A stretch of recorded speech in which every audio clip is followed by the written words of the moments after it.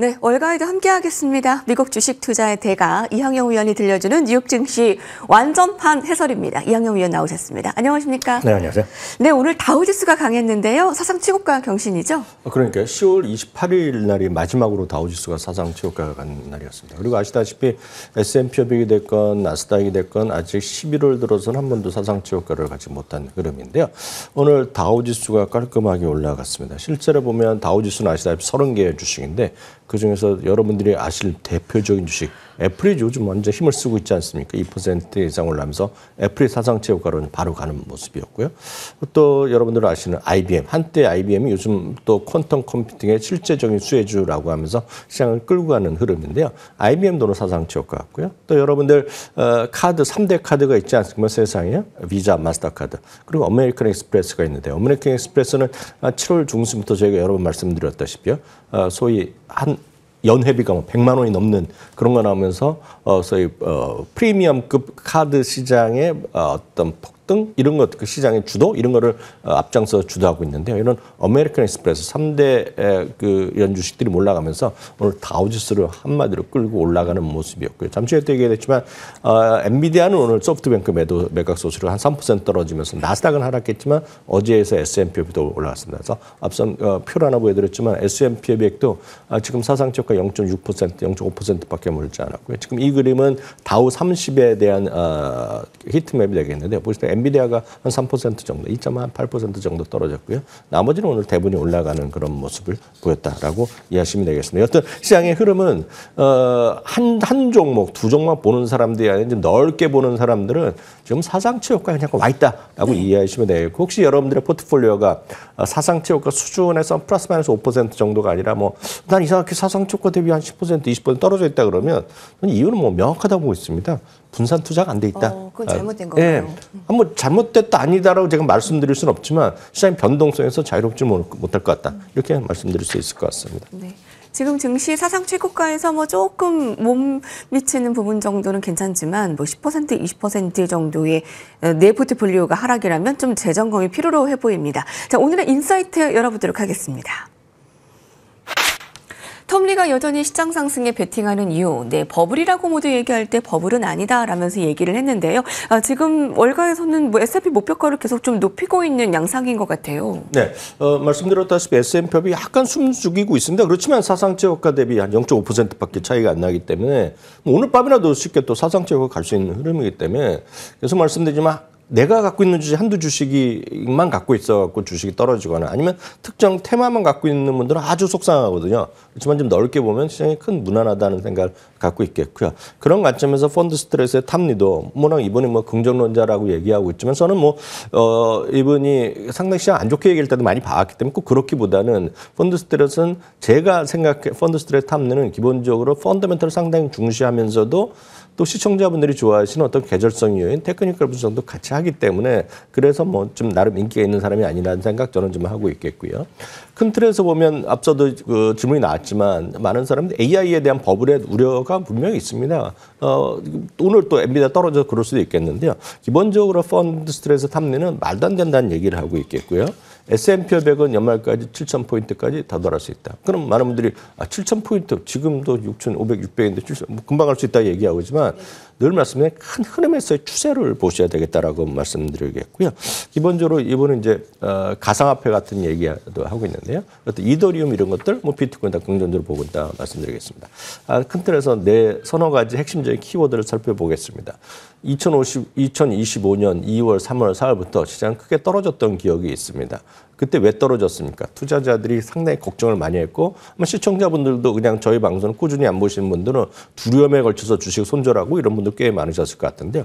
트럼프의 정책에 대해서 많은 사람들이 오해를 했다는 것이죠. 그래서 트럼프의 어떤 관세 전쟁이 뭐 영원하고 가고 세상을 망할 것이 아니라 결국은 시장을 극복할 것이라는 생각을 했는데 트럼프 정책이 뭐가 나올 때마다 걱정하고 이런 것들은 잘못됐다라고 얘기하고 있겠고요.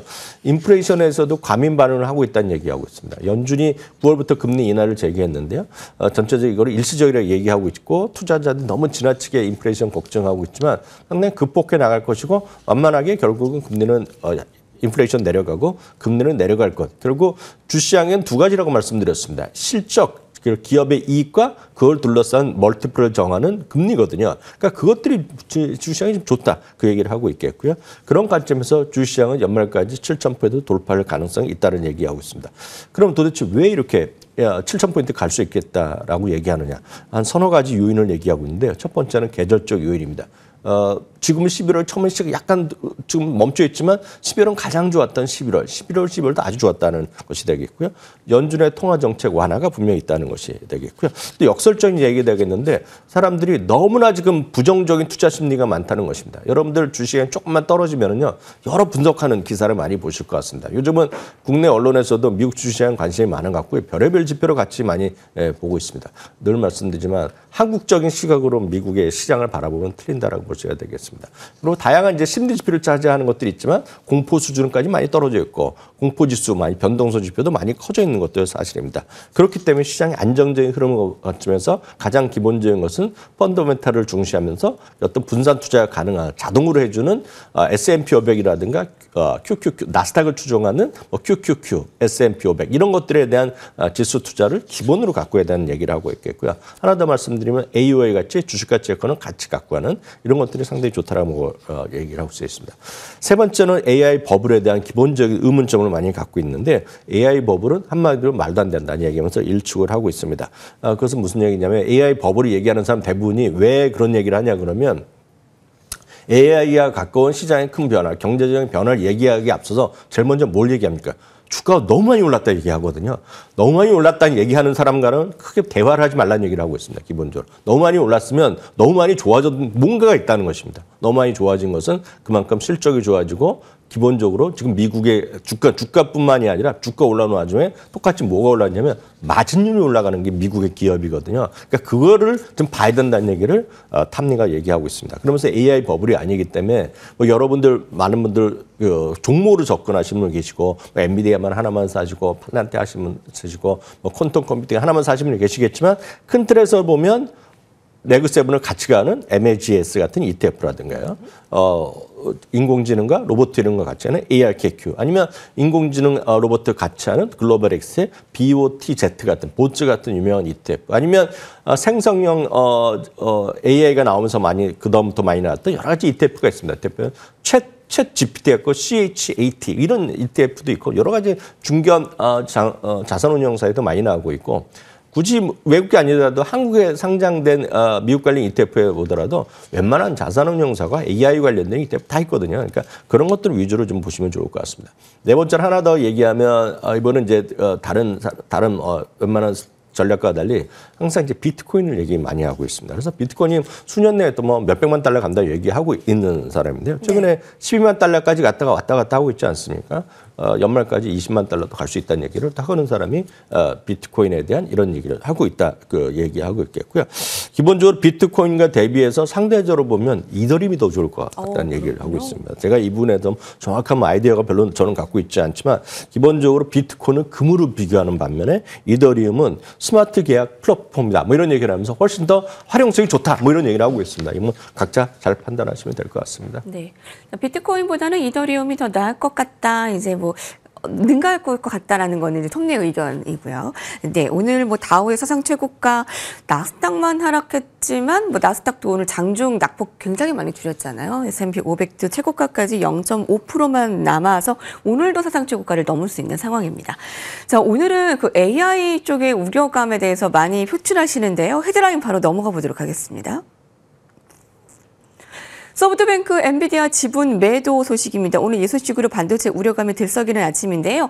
손정희 회장이 이끄는 소프트뱅크 순이익이 최근 1년 사이에 2배 이상 급증했습니다. AI 관련 투자에서 큰 성과를 이룬 덕분인데 엔비디아 지분을 전량 매각했다? 네, 어떤 해석이 좀 필요할까요? 네, 소프트뱅크 손정희 회장은 대표적으로 이제 가장 큰 전 세계 가장 큰 소위 벤처 캐피탈리스트라고 뭐 할 수 있겠죠. 여러 창업 투자를 하는 돈을 많이 내는 사람이고 그만큼 세상에서 일본에서 가장 부자 중에 한 명으로 좀 잘 알려져 있는 사람이죠. 그래서 어디나 뭐 그 트럼프 대통령 처음에 당선됐을 때도 결국은 엔비디아 뭐 오픈AI 같이 손잡고 앞으로 뭐 큰 대규모 투자할 때마다 하고 뭐 엄청난 큰 손이 되는데요. 제가 이 부분에도 다시 한번 말씀드리겠습니다. 누가 어떤 유명한 사람이 주식을 샀다 해서 쫓아 산다? 그거 아니라고 말씀드렸습니다. 반대로 누가 주식을 팔았다 해서 나도 주식을 팔았다? 그러면 안 된다고 생각하고 있습니다. 그래서 왜냐하면 그런 사람들은 수많은 그런 자산에서 일부를 사고 일부를 파는 거거든요. 그래서 그에 대한 평가보다는 기본적으로 늘 말씀드리지만 본질 가치에 좀 주목할 필요가 있다라고 보셔야 되겠습니다. 주식이란 거는 절대로 직선으로 올라가는 법도 없고 내려가는 법도 없습니다. 그래서 다양한 시각이 있고 다양한 어떤 의견이 있을 수밖에 없다라고 보셔야 되겠습니다. 한국 주식만 하더라도 대표적인 기업들에 대해서 여러분은 중립 의견, 매도 의견 본 적이 없을 것 같습니다. 요즘이야 뭐 다 올라가지만 다 좋다고 올라가지만 꼭 그렇지도 않거든요. 그래서 기본적으로 다양한 의견이 있을 뿐이라고 보셔야 되겠습니다. 소프트뱅크의 손정유자 이제 전량 팔았다고 하죠. 그래서 58.3억 달러, 한국 돈은 7, 8조 원이 없는 엄청난 돈을 했는데요. 물론 그런 분이 돈이 없어서 팔았다기보다는 뭔가 또 다른 더 좋은, 더 장기적인 투자를 하기 위해서 팔았다고 하는 게 맞겠죠. 오픈AI에 대한 추가 투자를 얘기하고 있겠고요. 스타게이트 프로젝트, 이게 바로 이제 트럼프 대통령과 앞에서 내노란 사람이 모여서 이제 앞으로 같이 투자하겠다 얘기하는 거 아니겠습니까? 여기 이제 엔비디아에도 젠슨랑도 같이 하고 다 하는 건데요. 네. 스타게이트 프로젝트에도 돈을 더 필요하다는 얘기하고 있겠고요. ARM 같은 경우도 예전에 좀 팔았었는데요. 또 다른 칩 설계사를 또 인수한다는 얘기를 하고 있겠고요. 또 로봇 사업을 확장한다는 얘기를 하고 있겠고요. 특히 이제 AI 산업 단지에 엄청난 투자를 한다. 여기에 이제 TSMC가 됐건 여러 가지 투자를 하고 있고 애리조나에 1조 달러 규모의 AI 제조 허브를 투자하는데 여기에도 투자한다는 얘기를 하고 있습니다. 그럼 도대체 여기서 나온 결론은 뭐다? 엔비디아는 하루 이틀 이런 것 때문에 영향 때문에 주가를 뭐 약할 수 있겠죠. 당연히 큰 돈이 팔았으니까 판다고 하니까 약간의 악재는 있겠죠. 수급으로 보면은요. 그래서 소프트뱅크의 이런 CF도 얘기하고 손정혜도 얘기하는 거는 왜 팔았으니까 왜? 팔은 이유는 딱 하나죠. AI에 대한 투자를 더 적극적으로 늘리기 위해서 한 거잖아요. 그러니까 그런 관점에서 보면 AI 버블론과 소프트뱅크의 주식 매도랑은 저는 뭐 일도 상관이 없다라는 생각 갖고 있습니다. 기본적으로 그것이 소프트뱅크 생각도 마찬가지고 버블에 대한 훈련에 대한 수많은 논란들에 대해서는 여러분들 그냥 크게 개의치 않으셔도 될 것 같다. 이렇게 말씀드립니다. 네. 자, 의견 감사드리고요. 다양한 해석이 분분한 가운데 오늘 좀 정확한 좀 시원한 해결 들어볼 수 있었고요. 자, 다음 헤드라인 이어가 보겠습니다.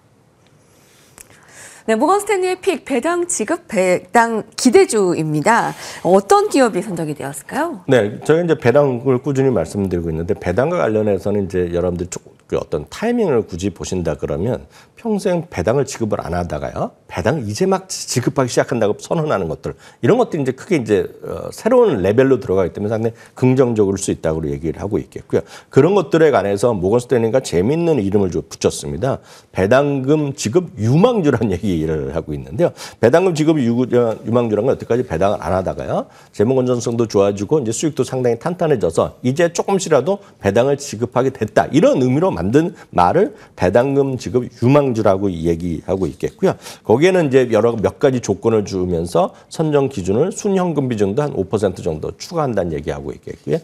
당연히 잉여 현금 흐름이 꾸준히 좋아져야 되거든요. 잉여 현금 흐름이 3% 이상 된다. 뭐 이런 얘기를 하고 있습니다. 그래서 이런 걸 갖고 과거에 스타들이 한번 해봤다는 거들이요. 이런 조건을 갖고 스타들 해봤더니 이런 배당금 지급 개시 유망주에 대한 그런 포트폴리오를 구성해 봤더니 이 발표를 하고 나서요. 6개월 후에 보면 시장 대비에 6.5%포인트 정도 초과 수익을 했고요.